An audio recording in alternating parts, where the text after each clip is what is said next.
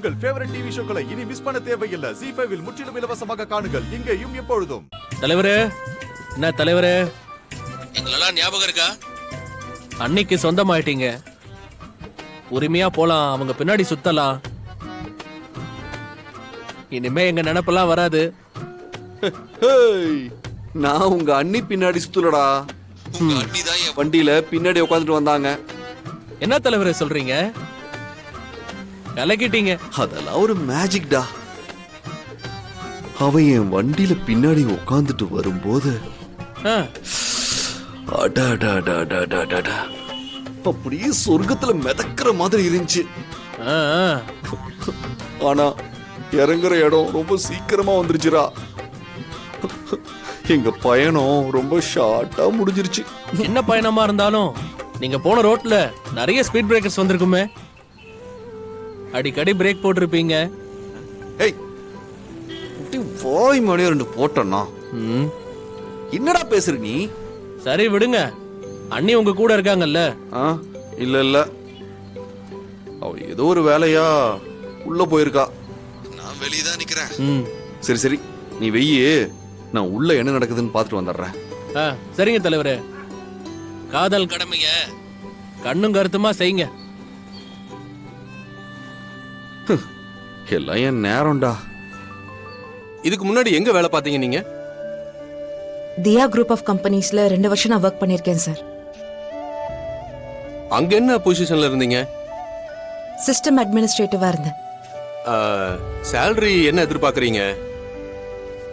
ஒரு ஒரு 30,000 ரூபாய் சார். 30,000மா? நீங்க அப்ளை பண்ணிருக்கிற வேலைக்கு அவ்வளவு தர முடியாதுமா. சார், நீங்க உங்க கம்பெனில என்ன வேலை கொடுத்தாலும் நான் பண்ணுவேன் சார். ஓவர் டைம் வேணும்னாலும் பண்ணுவேன் சார். எனக்கு 30,000 ரூபாய் சம்பளம் வேணும் சார், ப்ளீஸ். இந்த டிபார்ட்மெண்ட்ல 15K தாமா தர முடியும்.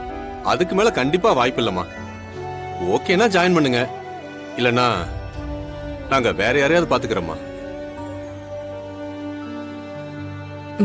ப்ளீஸ் சார், கொஞ்சம் பாருங்க சார், கொஞ்சம். முடியாதுமா. Sir, okay sir. இந்தாங்க. Thank you sir. ஓகே. பூனமா, நல்லா இருக்கீங்களா? ஓ தரகரே, வாங்க வாங்க. இருக்கட்டுமா, இருக்கட்டும், பரவாயில்ல, இருக்கட்டுமா, நான் நிக்கிறேன். என்ன தரகரே, செருப்பு தேய தேய நடந்து வந்த மாதிரி இருக்கு. என்ன விசேஷம்? மணி, நான் தான் அவரை வர சொன்னேன்ப்பா. எதுக்குமா? மாப்பிள்ளை பாக்குறதுக்கு தான்.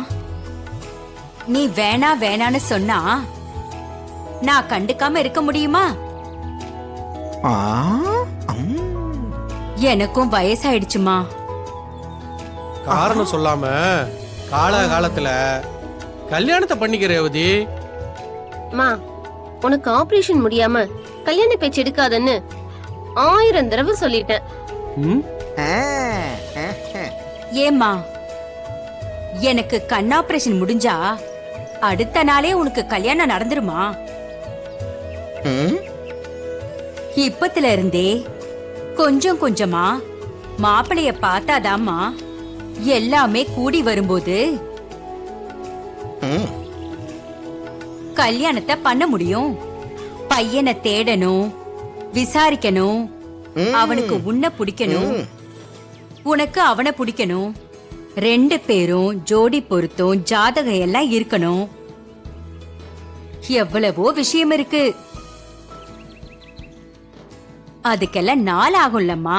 உங்க அம்மா கரெக்டா சொல்றாங்க ரேவதி. இந்த காலத்துல யாரையும் நம்ப முடியாதுமா. பார்க்க பல பலன்னு இருப்பாங்க, நம்புனா உள்ள ரொம்ப கேவலமா இருப்பாங்க. அதனால எல்லாத்தையும் நாம விசாரிக்கணும். நல்ல பையனை பாக்குறதுக்கு டைம் வேணும்ல. ஏண்டி கல்யாணம்னு சொன்னா இப்படி குதிக்கிற? அக்கா, நான் ஒரு ஐடியா சொல்றேன், கேக்குறியா? உனக்கு கல்யாணம் ஆயிடுச்சுன்னு வச்சுக்கோ, அவரும் சம்பாதிப்பாரு, நீயும் சம்பாதிப்ப. அப்புறம் அம்மா ஆபரேஷனுக்கு நிறைய காசு கிடைக்கும். டேய், வாய மூடுறோம், இல்ல கற்பூரத்தை கொளுத்தி உன் வாயில போட்டுருவேன். கொளுத்தி வாயில போட்டுருவியா?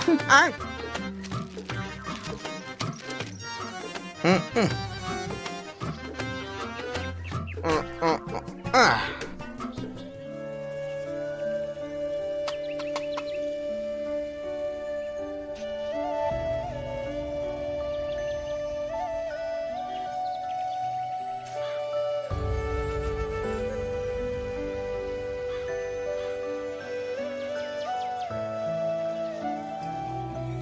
மேடம். சார் எப்படி இருக்கீங்க? நல்லா இருக்கேன் மேம். ஆக்சுவலி எனக்கு ஒரு ஹெல்ப் தேவை. என்னன்னு சொல்லுங்க மேடம், செஞ்சிருவோம். தேங்க்யூ. அதாவது கொஞ்ச நாளா ஒருத்தன் என் பின்னாடி டார்ச்சர் பண்ணிட்டு இருக்கான். அவனை எப்படி கண்ட்ரோல் பண்றதுன்னு எனக்கு புரியல.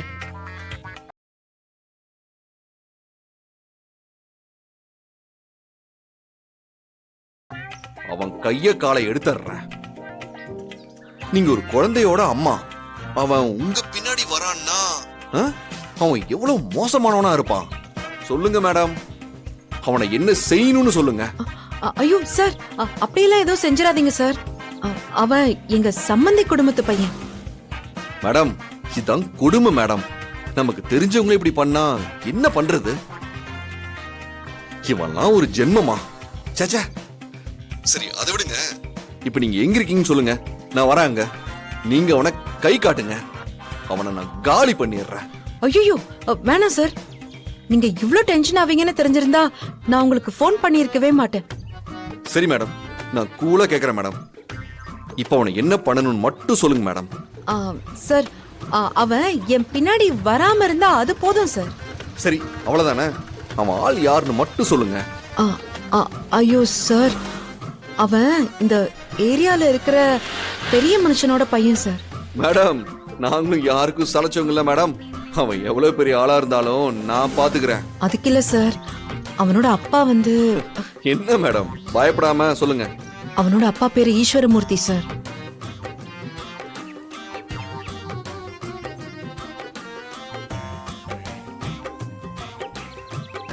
மேடம், நீங்க யார சொல்றீங்க?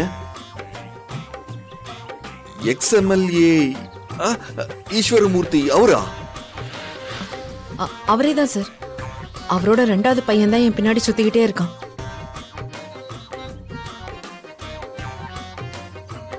என்னடா இது? மேடம், ஒரு நிமிஷம். நீங்க இப்ப எங்க இருக்கீங்க? ஏன் சார்? இப்ப நீங்க என்ன கலர் ட்ரெஸ் போட்டிருக்கீங்க? நான் வந்து ஒரு blue colour sorry and red colour blouse போட்டிருக்கேன் சார்.